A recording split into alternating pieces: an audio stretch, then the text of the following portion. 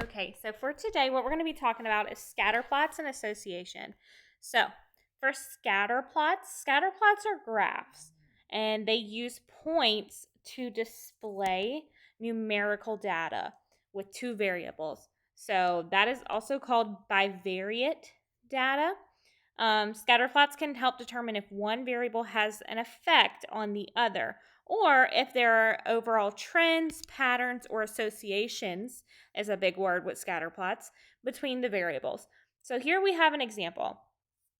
We have an example that says Zara surveyed some shoppers at a mall to see how many items they had purchased and a total amount of money they'd spent at the mall. She used the data to create a scatter plot shown. So A just wants to know how many shoppers did Zara survey. So if we look over to the right, the amount of people surveyed are going to be how many dots or points are on your graph. So you're just going to have to count them.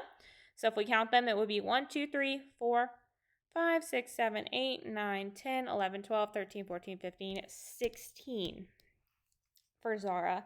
And then B says, does the number of items purchased seem to have an effect on the amount of money a shopper spends or spent? So look at your X and Y axis and look at your data, what it's doing. The more items you buy, what is happening to your price, kind of generally? It's generally increasing. So your number of items is increasing, so is your price. So that would be yes, that the number of items purchased does seem to have an effect on the amount of money the shopper is spending. And it says again, in general, as the number of items purchased increase, the total amount of money also increases. So we have some definitions here for scatter plots. So for scatter plots, there's three possible types of associations it can have. So there's a positive association where as one variable increases, the other variable increases. So they both are increasing. The variables are changing in the same direction. And this is what a graph would look like with the positive association. You can have a negative association where as one variable increases, the other decreases. And the variables then change in opposite directions, creating a graph that looks like that below it. That is going to have a negative association. Then you have no association. This is when the change in one variable has no effect on the second variable. So your data is going to look very random, very all over the place. There's not going to be an association, a pattern, or a trend to look at with the data. It's going to be very random. So the next part of these notes, you're just going to think about these scenarios and think about what type of association do you think would you expect to have between these two things. The choices are going to be positive, negative, or no association that I just went over. So the first one is the number of shoes a person owns and the number of states they visited. Well, the number of shoes a person owns, I do not think has any association with how many states they visited. It has really no correlation, no dependent, doesn't really depend on the other.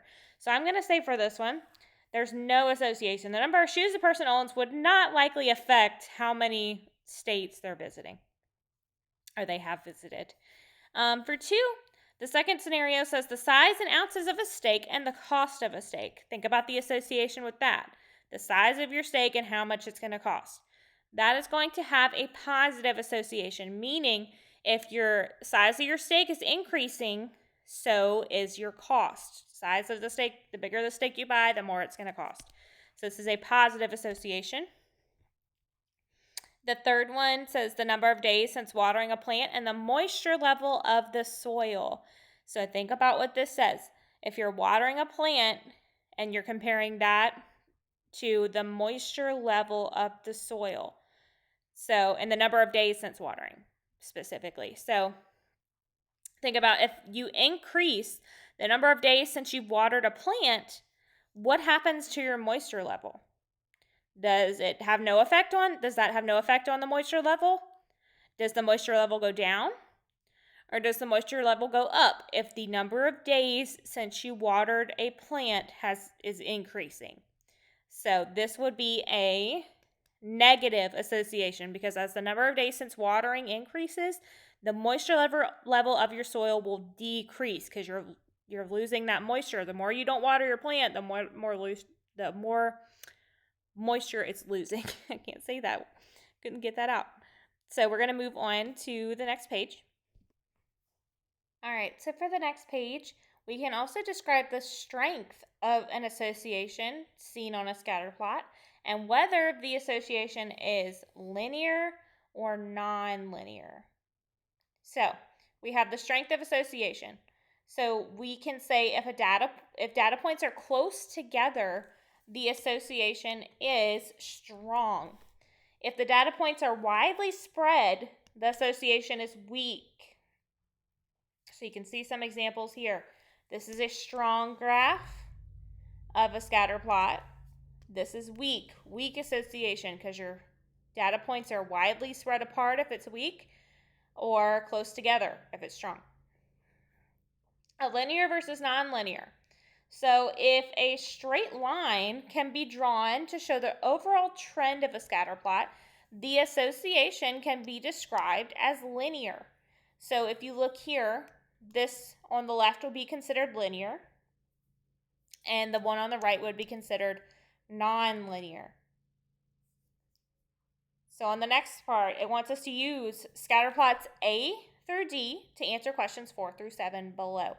So 4 through 7, hold on, I just moved, I think, the page on accident.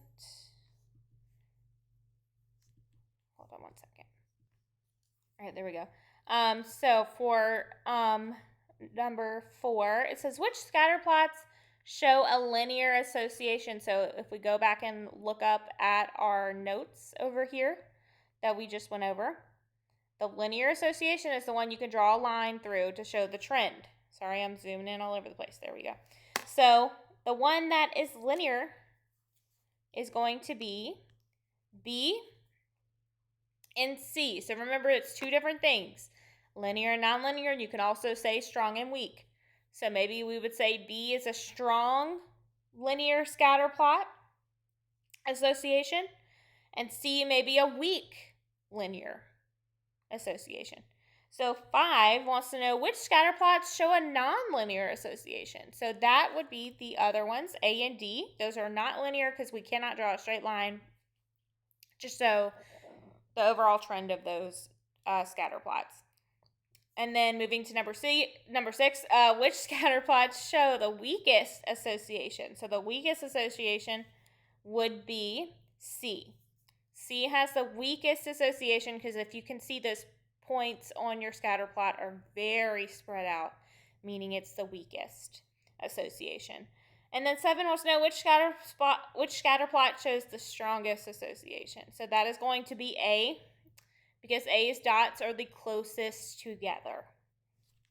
All right, last part. All right, so for the next part, for 8 through 10, we're going to draw a line from each scatter plot to best describe it, describe the association, and then to the variables it would most likely represent, talking about down the word problems kind of to the right. So not all choices will be used like it's saying. So we start from the left. We have this graph right here for number 8. So we have to decide, is it positive and linear, positive and nonlinear, negative and linear, or negative and nonlinear, or no association. So for 8, this one is going to be no association. So I'm going to connect these. For the next one, for 9, we're going to do it again, get a line. So for 9, this one is going to have a positive association because it's going up from left to right. So it's got to be one of the first two. And you have to decide, is it positive and linear or positive and not linear? So it's going to be positive and linear because you can draw a straight line that follows the trend of that data. And the last one for number 10, you have the graph and the dots, the data is going down. So this would be a negative association here, a negative association. So this is going to be negative in either linear or nonlinear, and it's going to be negative in linear. So now we have to go through here and connect these even more to these 3 word problems. So the first one says the temperature outside and the total gallons of gas sold at a gas station. So the temperature outside and the total gallons of gas sold at a gas station. Would we think that's going to be a positive linear association, positive nonlinear, negative and linear, negative and nonlinear, or no association at all? So I'm going to say this is going to be a no association situation. The temperature outside and how much gallons of gas is sold at a gas station is not going to be associated really with one another. The next one is the altitude of a hiker and the total oxygen level in the air. So the altitude of a hiker and the total oxygen in the air. So think about what that means. The higher you go as a hiker, if you don't know, the less oxygen there is in the air, the higher you go up. So if one thing is increasing, the other is decreasing. So this would be a negative linear situation because it's pretty constant for that. So there we go. There's that one. The next one says the size of a home and the cost of the monthly utilities for the home. So for this one, think about the size of a home compared to how much you think the monthly utilities would cost. So if you did not know, the bigger a home is, usually the more expensive your monthly utilities will cost. Because basically, if you have a bigger home, you're going to have more lights. So your electricity is going to run more. You're going to be using more electricity. You may be using more heat to heat your home or to air condition your home because your home is bigger. You may be using more water because you have more bathrooms or things like that. So the size of a home, if that increases, usually the monthly cost of your utilities also increases, and it's a pretty constant increase for those things, so it would be linear. So for this one, we're going to say positive and a linear scatter plot would go with that one. And that's it all for these notes.